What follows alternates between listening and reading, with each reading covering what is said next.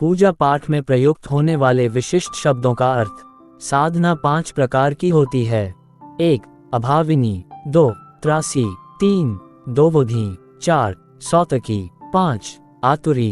1. अभाविनी पूजा के साधन तथा उपकरणों के अभाव से, मन से अथवा जल मात्र से जो पूजा साधना की जाती है उसे अभाविनी कहा जाता है। 2. त्रासी। जो त्रस्त व्यक्ति तत्काल अथवा उपलब्ध उपचारों से अथवा मानसोपचारों से पूजन करता है उसे त्रासी कहते हैं। ये साधना समस्त सिद्धियां देती है। 3. दोवोधी। बालक, वृद्ध, स्त्री, मूर्ख अथवा ज्ञानी व्यक्ति द्वारा बिना जानकारी के की जाने वाली पूजा दोर्वोधी कहलाती है। 4. सौतकी। सूतक में व्यक्ति मानसिक संध्या करा कामना होने पर मानसिक पूजन तथा निष्काम होने पर सब कार्य करें, ऐसी साधना को सौतकी कहा जाता है। 1. पंचोपचार। गंध, पुष्प, धूप, दीप तथा नैवेद्य द्वारा पूजन करने को पंचोपचार कहते हैं। 2. पंचामृत। दूध, दही, घृत, मधु, शहद तथा मिश्री शक्कर इत्यादि के मिश्रण को पंचामृत कहते हैं। 3. पंचगव्य। गाय के दूध, घृत, मूत्र तथा गोबर इन्हें सम्मिलित रूप में पंचगव्य कहते हैं।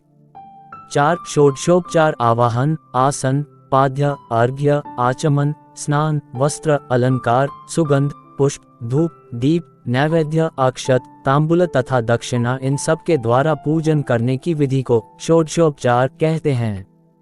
5. दशोपचार। पाद्य, अर्घ्य, आचमनीय, मधुपक्र, आचमन, गंध, पुष्प, धूप, दीप तथा नैवेद्य द्वारा पूजन करने की विधि को दशोपचार कहते हैं।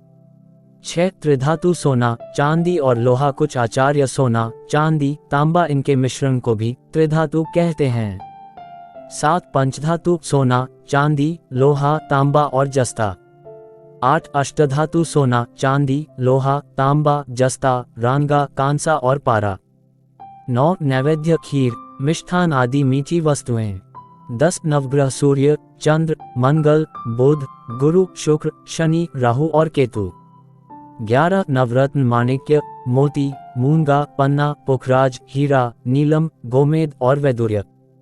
12. अष्टगंध। अगर, तग, गोरोचन, केसर, कस्तूरी, श्वेत चंदन, लाल चंदन और सिंदूर। देव पूजन हेतु अगर, लाल चंदन, हल्दी, कुमकुम, गोरोचन, जटामासी, शिलाजीत और कपूर। देवी पूजन हेतु। 13. गंधत्रय। सिंदूर, हल्दी, कुमकुम। 14. पंचांग। किसी वनस्पति के पुष्प, पत्र, फल, छाल और जड़। 15. दशांश। 10वां भाग 1/10 होता है। 16. संपुट। मिट्टी के 2 शकीरों को एक दूसरे के मुंह से मिलाकर बंद करना। 17. भोजपत्र। एक वृक्ष की छाल। मंत्र प्रयोग के लिए भोजपत्र का ऐसा टुकड़ा लेना चाहिए जो कटा फटा न हो।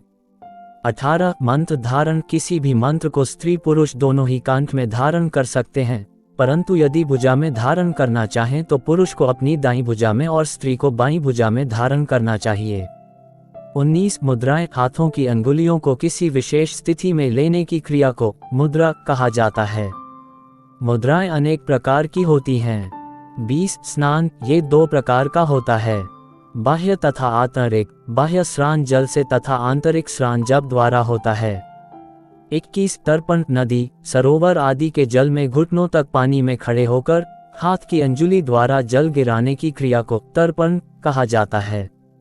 जहाँ नदी, सरोवर आदि न हो, यहाँ किसी पात्र में पानी भरकर भी तर्पण की क्रिया संपन्न कर ली जाती है। 22. आचमन। हाथ में जल लेकर उसे अपने मुंह में डालने की क्रिया को आचमन कहते हैं। 23. करन्यास। अंगूठा, अंगुली, करतल तथा करपृष्ठ पर मंत्र जपने को करन्यास कहा जाता है। 24. हृदयाविन्यास। हृदय आदि अंगों को स्पर्श करते हुए मंत्रोच्चारण को हृदय विन्यास कहते हैं। 25. अंगुल्यास। हृदय, शिर, शिखा, कवच, नेत्र एवं करतल इन 6 अंगों से मंत्र का न्यास करने की क्रिया की अंगन्यास कहते हैं। 26. अर्घ्य। शंख, अंजलि आदि द्वारा जल छोड़ने को अर्घ्य देना कहा जाता है। घड़ा या कलश में पानी भरकर रखने को अर्घ्य स्थापन कहते हैं। अर्घ्य पात्र में दूध, तिल, कुशा के टुकड़े, सरसों, जौ, पुष्प, चावल एवं कुमकुम इन सबको डाला जाता है। 27. पंचायतन पूजा। इसमें 5 देवताओं विष्णु, गणेश, सूर्य, शक्ति तथा शिव का पूजन किया जाता है। 28 कांडानुसमय एक देवता के पूजा कांड को समाप्त कर अन्य देवता की पूजा करने को कांडानुसमय कहते हैं। 29 उद्धर्तन ओपटन। 30 अभिषेक मंत्रोच्चारण करते हुए शंख से सुगंधित जल छोड़ने को अभिषेक कहते हैं। 31 उत्तरीय वस्त्र।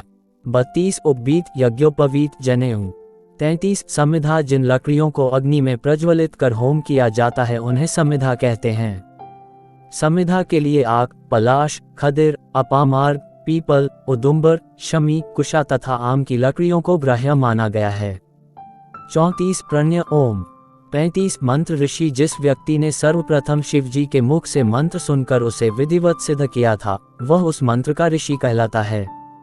उस ऋषि को मंत्र का आदि गुरु मानकर श्रद्धापूर्वक उसका मस्तक में न्यास किया जाता है। 36 छंद। मंत्र को सर्वतोभावेन आच्छादित करने की विधि को छंद कहते हैं। यह अक्षरों अथवा पदों से बनता है। मंत्र का उच्चारण चून की मुख से होता है अतः छंद का मुख से न्यास किया जाता है। 37 देवता। जीव मात्र के समस्त क्रियाकलापों को प्रेरित, संचालित एवं नियंत्रित करने वाली प्राणशक्ति को देवता कहते हैं। ये शक्ति मनुष्य के हृदय में स्थित होती है अतः देवता का न्यास हृदय में किया जाता है। 38 बीज। मंत्र शक्ति को उद्भावित करने वाले तत्व को बीज कहते हैं। इसका न्यास गुह्यांग में किया जाता है।